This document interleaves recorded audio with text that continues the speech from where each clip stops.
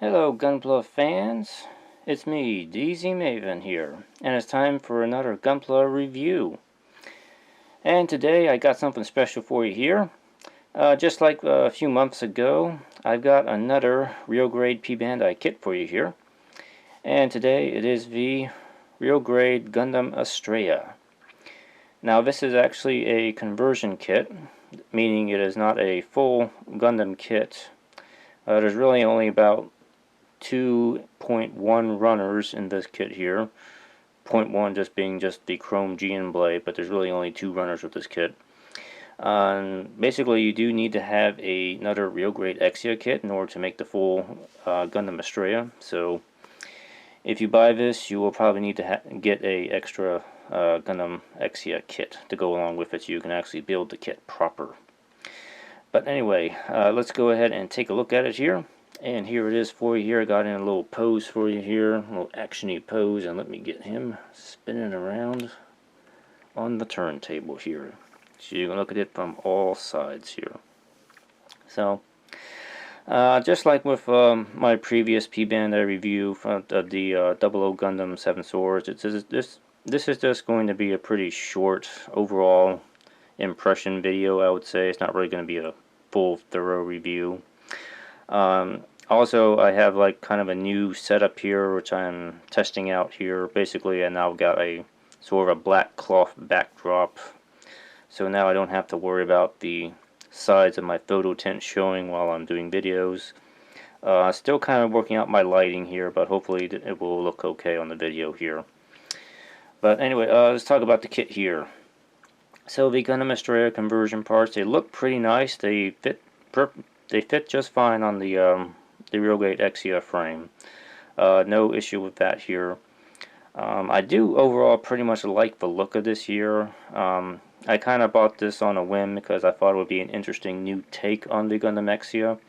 It's basically almost like putting on a new set of clothes on the Exia frame, basically. I'm just taking the old stuff off the Exia and putting some new stuff on it. It has more of a sort of a industrial feel to it, I guess I would say.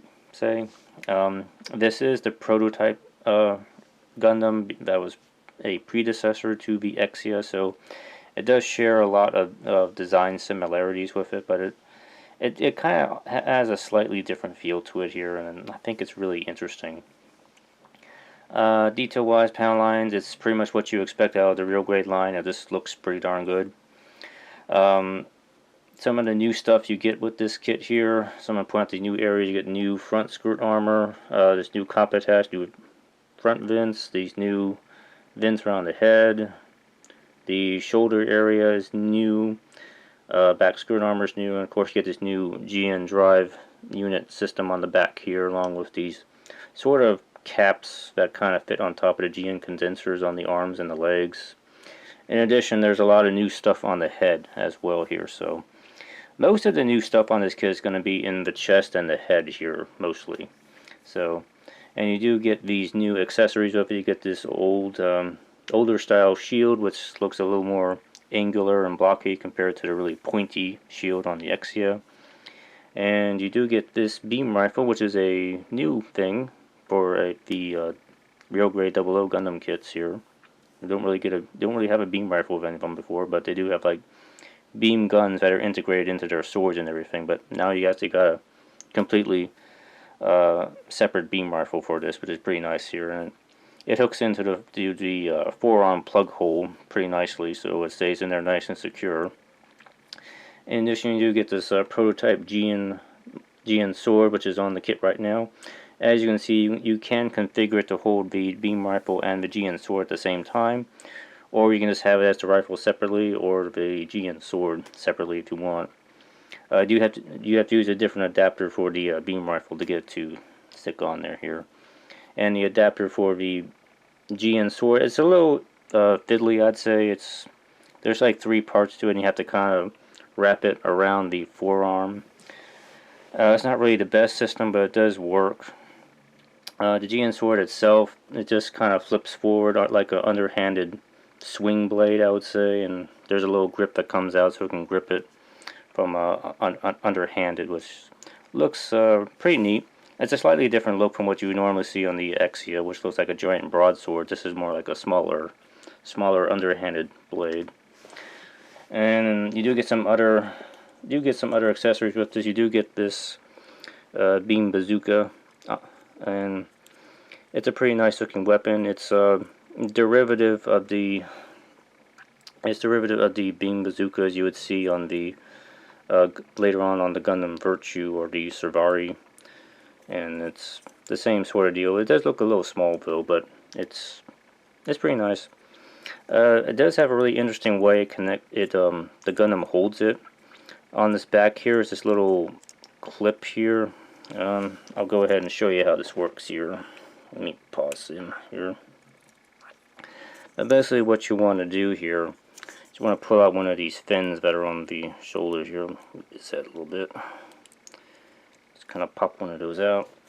And this just kind of hooks into the shoulder. Get it in there. Just like that.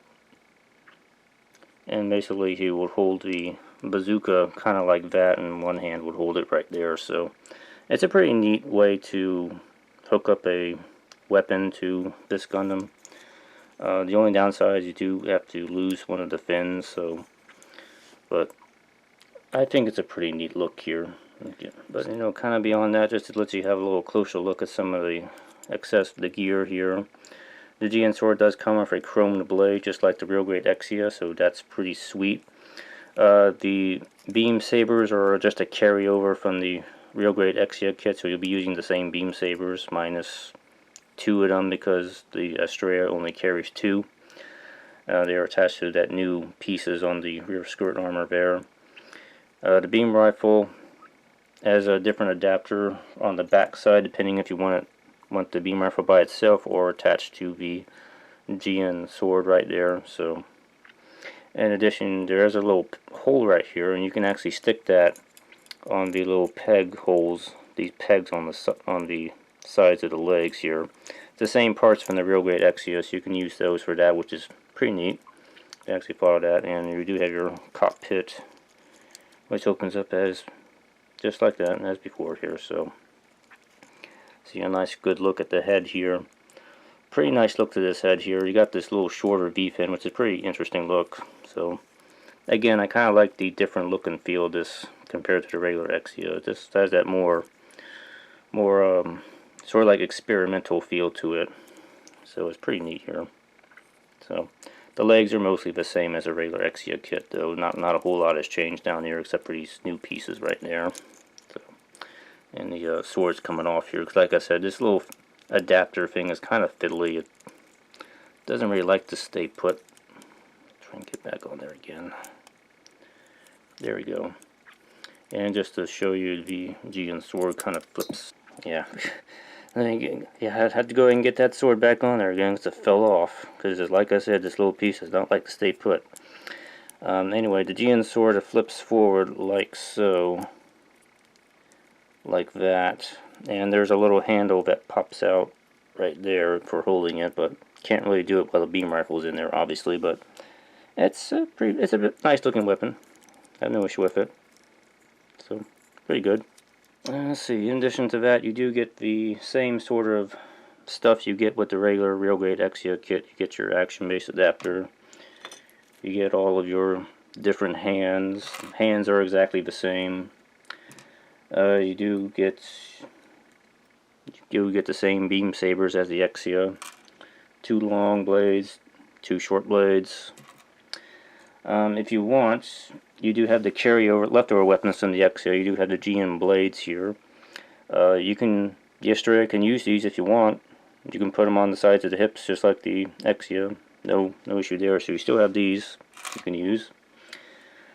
You do still get your Exia shield, which will be kind of a carryover piece. The actual shield attachment bracket on here will not fit on the Astraea because of these new parts that are on the arm make the arm wider than the Exia, so these little things will not fit. If you really do want to use this shield, you just have to use the shield attachment piece off the new shield and put it on here, and then you can use this. And you do still get your Exia's GN sword with this. So if you want, you can use this with the Astraea. It is a little iffy trying to get it to stay on very well, because like I mentioned with the shield, the width of the arm has changed, so this little hooking piece here doesn't really like to stay in very well on this. So, but I mean, if you work at it, you can get it on there. So you can still use this. So, and for basically for this kit, that's pretty much what you're gonna get with this. I mean, provided you are using an extra real grade Exia kit, you do get this another extra piece that I know comes with the Astraea parts here. I did for a bit. I couldn't really figure out what this was for because it wasn't mentioned in the manual what this was, but I think this is an extra part that's used on the F-type version of the Astraea, which is the red version. This is basically a new piece for the cockpit hatch, I believe. That's what that is. And something interesting I found on the runners for this too when I was looking at it before.